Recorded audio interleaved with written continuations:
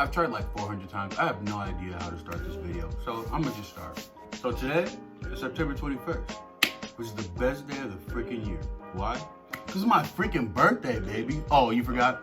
Didn't get me a gift, did you? No, it's okay. Don't worry about it. See, because your gift today is you're gonna sit down and listen to 4 ways that the Lord popped off in big ways, revealing his faithfulness and his loving kindness to me, and help reveal more of who he really is to me. And so I get to do that for you. So happy birthday to me. Sit down, grab some chips or popcorn, grab your drink, and listen to these 4 ways that the Lord popped off for you, boy. So, it's August 14th. I go to work at 6 a.m. I work from 6 a.m. till 3. I get off work and I'm hyped. So I'm about to go to Seattle to visit my friends. It's my old boss's birthday party on August 16th, and I have the next 2 days off. So I'm gonna go into Seattle, surprise and shock a couple of my friends. It's a 6-hour drive for this Young Life camp that I live at. I'm like, you know, it's a 6-hour drive. Let me check my tires. So I go and I fill up my tire. I've never done it before, so I'm gonna fill my tires up. I look at my tire. On the side of the tire, it says 51 PSI. Easy. We just fill my tire to 51. So I fill them up to 51 each tire. So then, boom, hit the road. I'm on my way to Seattle. Yeah, bumping my music, getting hype, whatever. And at this Young Life camp that I live in the middle of nowhere, it's like a 20-minute drive on this massive, like, bumpy dirt road, right? So I'm driving on this bumpy road, whatever. It's always bumpy when you drive around. So I pay no mind to the fact that my car is a very bumpy ride until I get off the muddy road. Now, if you're anything like me, if you hear something wrong with your car, you don't check it out. You turn up the music. So my music is bumping, but I get to a point where I realize my car is bumping louder. And so I start to get a little freaked out. And so eventually, as time goes on, my front left tire, it pops in the middle of Wasco and Mora, Oregon. I'm sure you've never heard of either of those cities because I haven't either. So I'll pull over and my tire's flat. And I'm like, okay. Right when I open up the door, one of my best friends I've known since junior high, his name is Jace. Jace calls me up. It's not really a good time, but I don't have anything else to do, right? So I answer the phone call. I'm like, yo, what up, Jace? He's like, yeah, what's good, bro? I haven't talked to the dude in like a couple days, so he gets super excited whenever I answer the phone because he calls me like 10 times a day, and I answer probably like once every other day. Sorry, Jace. And he's like, yo, what's good, bro? I'm like, yo, what up? He's like, how you doing? And I'm like, not good. I tell him the situation. Yo, my tire's flat. I'm in the middle of nowhere. I have nobody near me. And he's checking, like, you know, classic questions you would ask somebody whose tire's flat. Do you have AAA? No. Car insurance? No. Anybody can pick you up? No. Spare tire? No. Okay. We have no choice but to pray for you. Cool, Jace, fire one up. Jay starts praying, and I don't remember, you know, I was obviously in the thick of it, and I was like, I just really need to get on the road. I have no idea what I'm gonna do. Do I have to go back home? I really wanna go to Seattle still. But I do remember him saying, specifically praying for somebody to pull over and help me out, which is crazy because after that, he's like, amen. Listen, bro, your best bet is asking somebody to come and pick you up. All right, thanks, Jace. Huge help. Words of wisdom for this guy. So I hang up, and as soon as my phone presses the end button, my car's parked, like pulled over on this side of the road. The car coming this way sees me, does a little U-turn, and pulls over right behind me. So this girl, she comes out of the car. Her name is Micah. Yo, what up? My tire's flat. I don't have a spare or AAA or anything. She goes, I have a couple of mechanic friends. I think we could call somebody up and maybe help you out. Who just has mechanic friends? Micah starts calling up her people. Oh, like everybody she knows. Her mom, her friends, her actual mechanic friends. She's calling up like Les Schwab, some place called like Dusty's Tires, like down the road that's not even open, but they should be. And Dusty's not working, but Bill is, so they gave us Bill's number and all this nonsense. And for 3 hours, Micah is going ham. What kind of kindness? Like, she's looking for this tire as if it was her own car that had a flat tire. This lady doesn't know me, has never seen me in her life. I could be a stranger, I could kill her. Like, literally, I could have. This lady doesn't know me, has never seen me in her life. I could be a stranger. I could be freaking, I could kill her. Like, literally, I could have. And she's like fighting for. Okay, listen. I'm not a murderer. Okay? The point I was making was that there could be a potentially dangerous situation, and somebody could have been that. But I know I said I could have, but that's not who I am. Put the phone down. Calling the police. Don't need to do anything like that. It's okay. I was just using an example. I'm not a murderer. Okay? Now, continue. And she's like fighting for me as if it was her own tire. And so sure enough, her first lead, the first person she called, who didn't get back to us for 3 hours, her husband shows up, hops out the car, I have like a spare like rim in my trunk, takes my rim, drives off somewhere, about 30, 45 minutes go by, he comes back, jacks my car, takes it off, puts my on the new tire, and I hit the road just like that. In a matter of, 3.5 hours, but literally not even 5 minutes, this dude gets me back on the road. So I thank Micah, I hug her, his name is Ryan, the dude that helped me out, and I get on the road. So I keep going, and now I'm hyped. I'm like, dang, the Lord popped off, Lord showed up for your boy, like that's what he does, he looking out for his people, whatever. So I keep driving, I get to about Ellensburg, which is about 2 hours away from Seattle, and I'm starting to do one of these.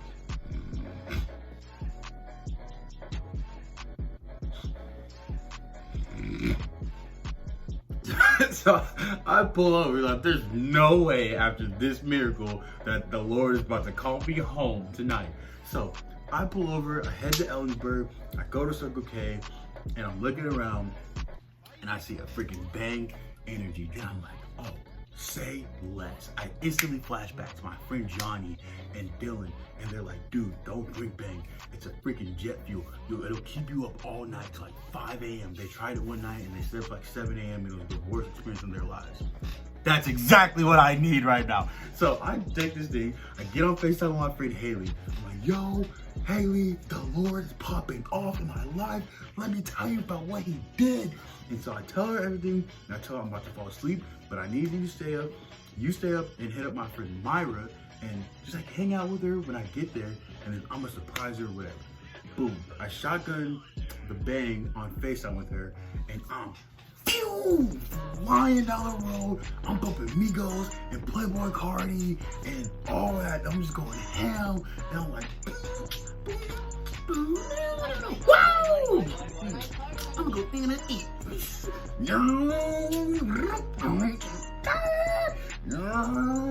And so I see this car, and it's like going too slow for me. Of course, I'm going like 110 miles an hour. Doesn't matter how fast I was going, I'm going really fast. So I cut off this car, and as I cut it off, I see in the rear view with the little red, white, and blue lights. I freaking cut off a cop, guys. So I cut this cop off, and I pull over. I switched instantly to some Maverick City music. Or I was actually upper room. I'm bumping Defender. Now, here's the deal. For the last like 2 years that I've owned this car, I've had a registration, but my registration has been expired. I have expired car insurance. My license plate has been missing. I had a temporary that just flew off, and my tabs have been expired. And on top of that, I was speeding at like 11 or 12 p.m. So the officer, he comes up, he asks me for my license and registration. He asked me for, I give him my registration. He's like, yeah, this is expired. You got another one? No. You got car insurance? No. You got a license plate? No. All these things. And he's like, okay, let me see your license. He takes my license, he looks at my car, like opens up the door, where, coincidentally, I find out that not only is my VIN number on the inside of my car, but also the actual tire pressure that I'm supposed to fill my tires up. And I'm like, oh, that's good news. So he checks that out, gets my VIN number, and he says like, you know how like the police officers, they speak in code letters. So it's like alpha, banana, orange, 3, 5, 2, Doritos, potato chip, hot dogs taste like, but far. And then like the dispatcher like 10-4, whatever. Hot dogs are really good. So anyway, they start talking. So I cranked up Defender, and I'm like, Jesus, you're gonna have to go 2 for 2. And sure enough, he did, because the officer, his name is Trooper Williams comes back, gives me my license, and he says, so you're looking at about $600 to $700 at least worth of fine. And he goes, so I'm gonna let you off with a warning. You're gonna let me off with a what? First of all, I am a criminal. Sir, lock me up. So you guys just see all these things that I don't have that I literally should? Shouldn't I be in jail right now? Shouldn't you be towing my car? I literally was under the assumption that I was going to jail, gonna have to pay my bail, gonna have to do all these things, and this dude's gonna say he's giving me off a warning? I do not feel safe on these streets. Are you kidding me? However, praise the Lord. Because, like I said, I don't know where I should have been. I don't know if I should have been in jail, but that's at least what I thought I was gonna happen that night. And I'm back on the road. So I'm driving, I'm hype as heck, like, yo, bumping these words, like, the Lord looking out for your boy, baby. I'm bumping God at Midnight. That's like the song of my summer now. I'm like, bump God at Midnight, and all these things, getting hecka hype. I get to Seattle. I surprised Myra. Myra was not surprised at all, which was freaking, actually got made me sad, but whatever. I surprised Myra. I hang out with Maverick, and it's like 4 a.m. because Johnny was right, them bang energies do not play. So I get there, whatever. I have fun the next 2 days in Seattle, and then I'm hanging out with Myra, and then another friend of ours, her name is Mary Grace, and we're gonna go to this park, and I just got these new Vans, and they're all white, but you can color them in, so it's heckin' cool. And so me, Mary Grace, and Myra is gonna catch up and talk about what the Lord's been doing in our lives and all that stuff. I open up my trunk to get this stuff out, but I also have birthday gifts that I'm gonna surprise Myra and Mary Grace with. I'm gonna do these things, but Myra's little Myra, cause she's like really tiny, they like this dog.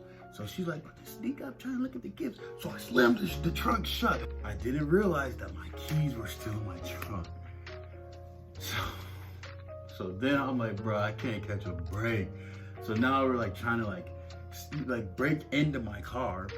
And so we called up this dude Dale that like worked at the church across the street, and he's like this really sweet man. He's like, yo, I'm not working, but the wire hangers at the UPC if you want to use those. So cool.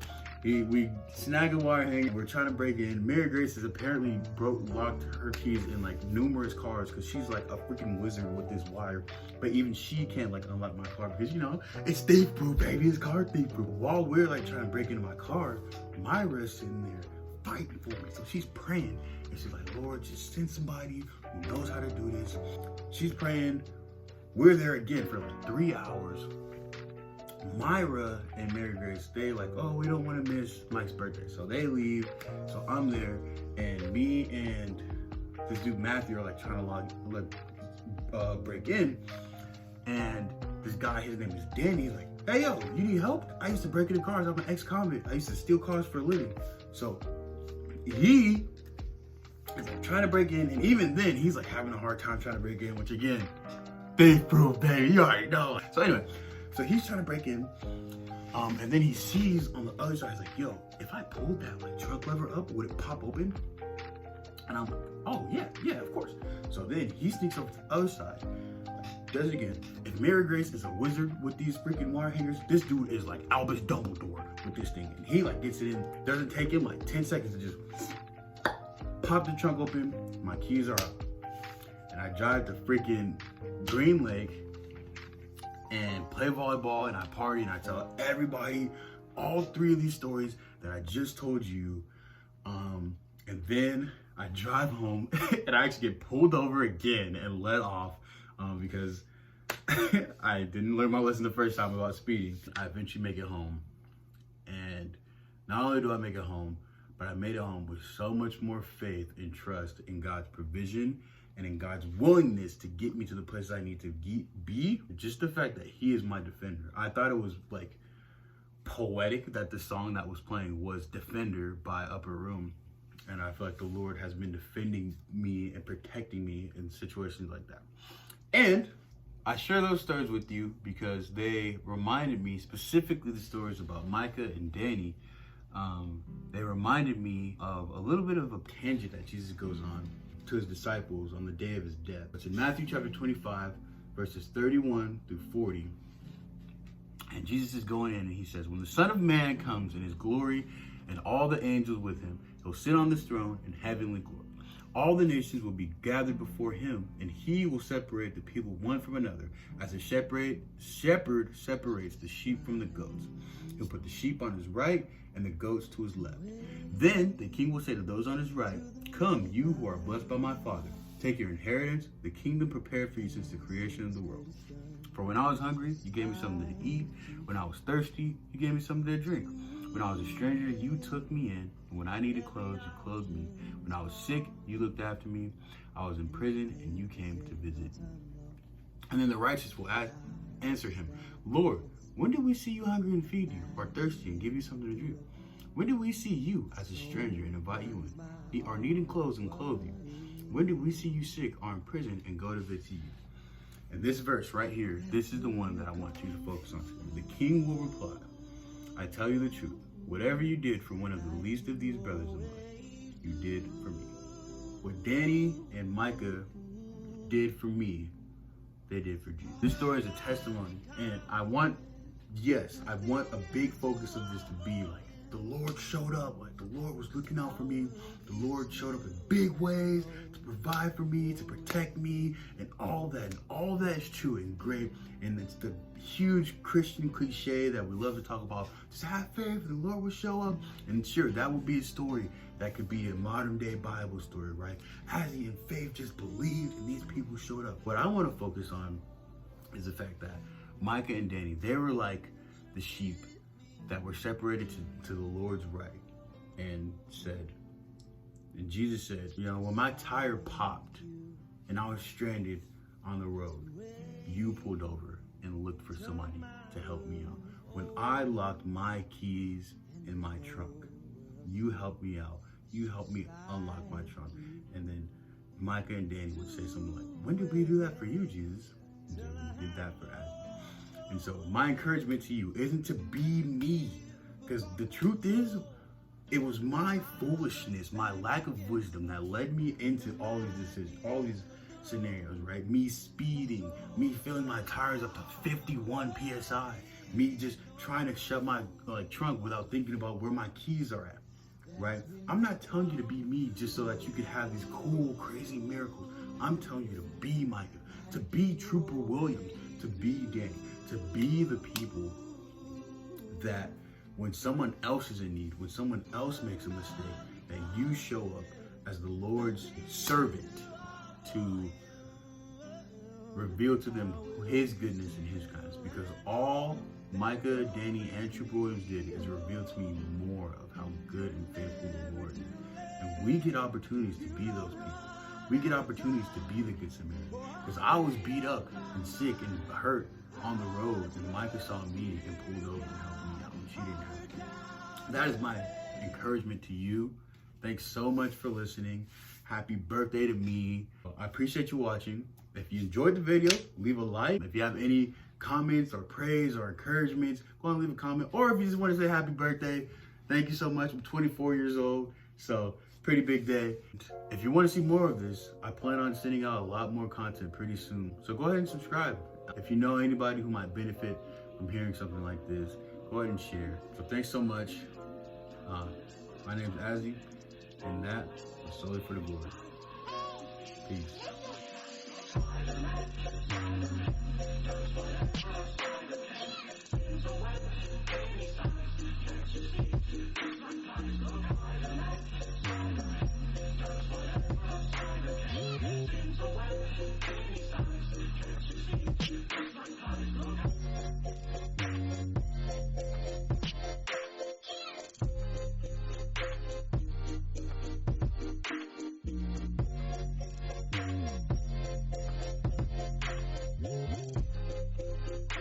Oh, that's a fire one, though. That's a fire way to end. Oh.